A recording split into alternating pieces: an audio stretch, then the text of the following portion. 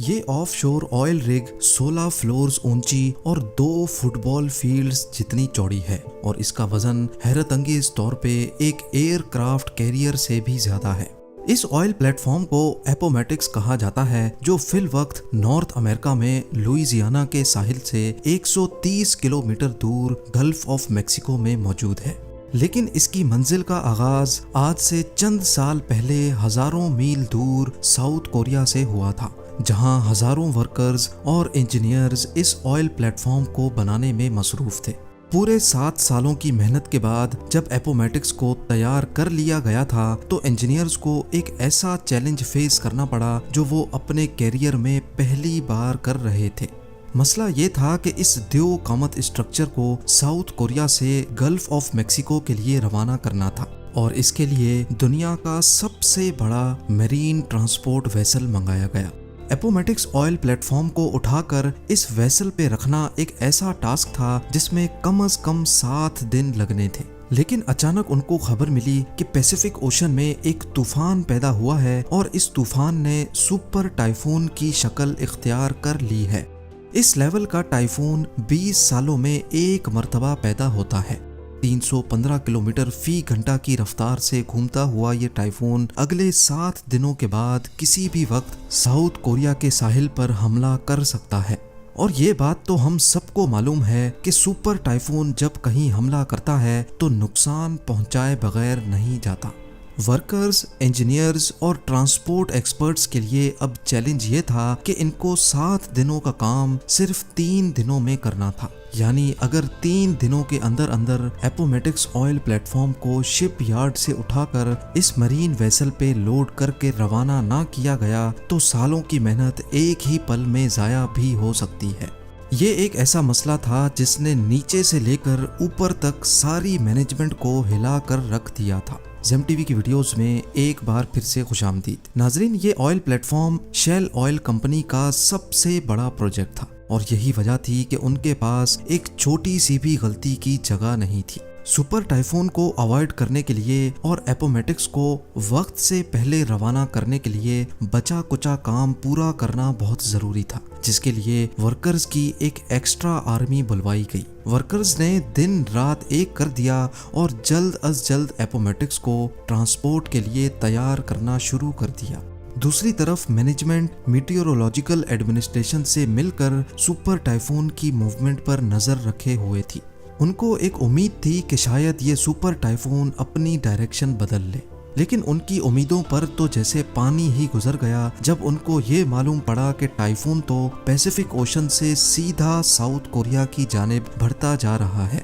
Workers की army ने जी जान लगाकर सिर्फ 3 दिनों के अंदर अंदर एपोमेटिक्स का सारा काम कंप्लीट कर लिया और अब बारी थी इस द्यो कामत स्ट्रक्चर को उठाकर फ्लोटिंग डॉक पर रखने की। इस पूरे स्ट्रक्चर का वजन हैरतअंगेज तौर पे 41,000 टन्स बताया जा रहा था।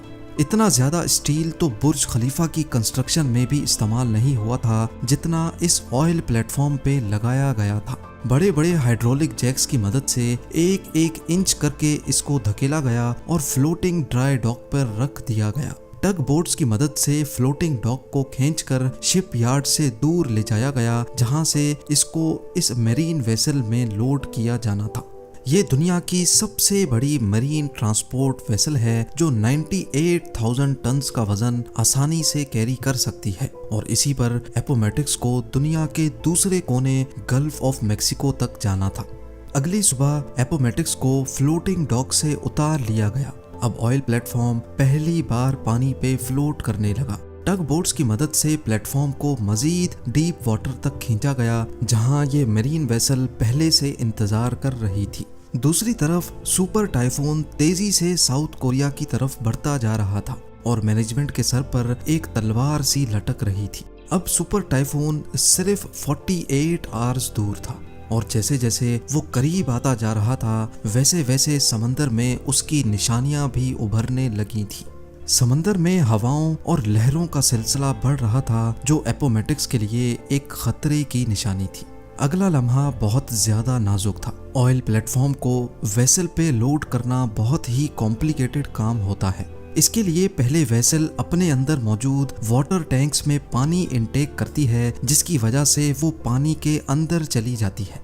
फिर टग बोट्स ऑयल प्लेटफॉर्म को खींचकर वेसल के ऊपर लेकर जाती हैं और फिर आखिर में वेसल पानी को वापस बाहर निकालती है, जिसकी वजह से वेसल ऊपर की जानिब उठ जाती है। लेकिन ये काम इतना आसान भी नहीं होता है जितना आपने इस एनिमेशन में देखा। इस काम के लिए समंदर का पुरसुकून होना बहुत ज़रूरी होता है, क्योंकि अगर लहरों में ये काम किया गया तो एपोमेटिक्स सही अलाइनमेंट में वेसल के ऊपर नहीं लोड हो पाएगा और ये चीज़ वेसल और एपोमेटिक्स दोनों के लिए खतरनाक हो सकती है। सुपर टाइफून की वजह से समंदर में काफ़ी तेज़ी थी। लहरों और तेज़ हवाओं की वजह से ये काम करना मुमकिन नहीं था। दूसरी जानिब वक्त बड़ी तेजी से गुजरता जा रहा था और सारी टीम का स्ट्रेस लेवल काफी ज्यादा हो चुका था। खुशकिस्मती से मीटियोरोलॉजिकल डिपार्टमेंट की जानिब से टीम को अगली सुबह सिर्फ 2 घंटे का वक्त दिया गया, जिसमें चांसेस थे कि समंदर पुरसुकून रहेगा। इन 2 घंटों में अगर ये काम ना किया गया तो फिर इसके बाद और कोई चांस नहीं मिल पाएगा। सुपर टाइफून अब सिर्फ 36 घंटे दूर था। सुबह सवेरे जैसे बताया गया था, समंदर पूरी तरह से पुरसुकून था। पहली फुर्सत में ऑयल प्लेटफॉर्म को वेसल के ऊपर खींचकर लाया गया और वेसल ने उसको पानी से निकालकर अपने ऊपर लोड कर लिया। सुपर टाइफून से कई घंटे पहले एपोमेटिक्स आखिरकार साउथ कोरिया को अलविदा करने में कामयाब हो चुका था।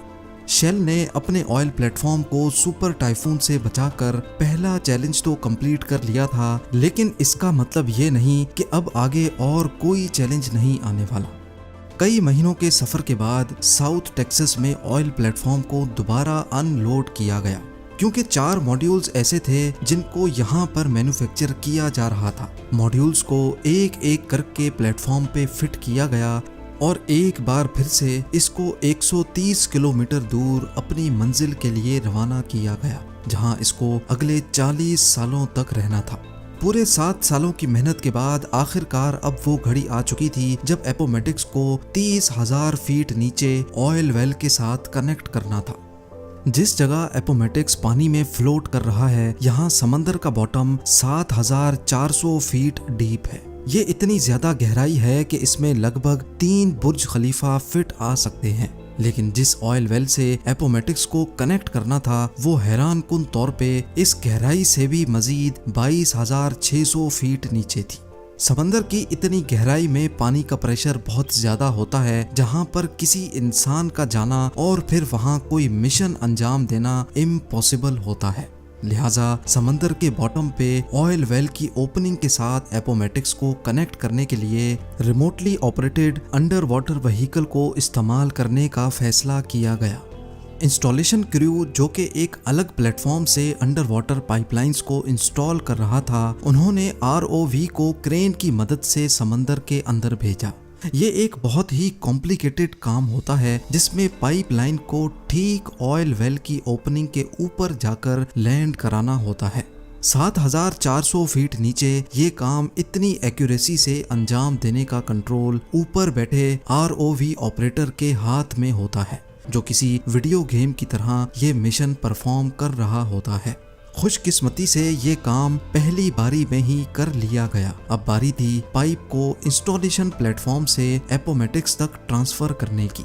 इस प्रोसेस को राइजर ट्रांसफर कहा जाता है, जिसमें 4 अलग अलग वेसल्स एक साथ काम करती हैं। पहले एपोमेटिक्स में से एक चेन निकाली गई, फिर ROV ने ये चेन लेकर दूसरी शिप तक पहुंचाई। इस शिप से ये चेन दूसरे प्लेटफॉर्म ने खींच ली और फिर आखिर में एपोमेटिक्स से इस चेन को खींचकर पाइप को अपनी तरफ कर लिया गया। इसके बाद शुरू किया गया ड्रिलिंग का काम। सी बेड से भी हजारों फीट नीचे, लगभग 22,600 फीट नीचे पाइप को ऑयल वेल तक ड्रिल करना था। कई महीनों की ड्रिलिंग के बाद आखिरकार पाइप ऑयल वेल तक पहुंच चुका था। अब बारी थी ऑयल को पंप करने की। इस लम्हे को देखने के लिए पूरी टीम जमा हो चुकी और एक बटन की मदद से ऑयल पंप को ऑन किया गया। 30,000 फीट नीचे से जब पहली बार ऑयल पंप हुआ तो सबके चेहरों पर खुशी देखने जैसी थी। वर्कर्स, इंजीनियर्स और मैनेजमेंट की 7 सालों की मेहनत रंग ले आई थी ऑयल का फ्लो और उसकी क्वालिटी बिल्कुल परफेक्ट थी। आज एपोमेटिक्स हर रोज 1,75,000 बैरल्स ऑयल प्रोड्यूस करता है, जिससे इतना फ्यूल बनाया जाता है जो 40 लाख गाड़ियां एक दिन में इस्तेमाल करती हैं।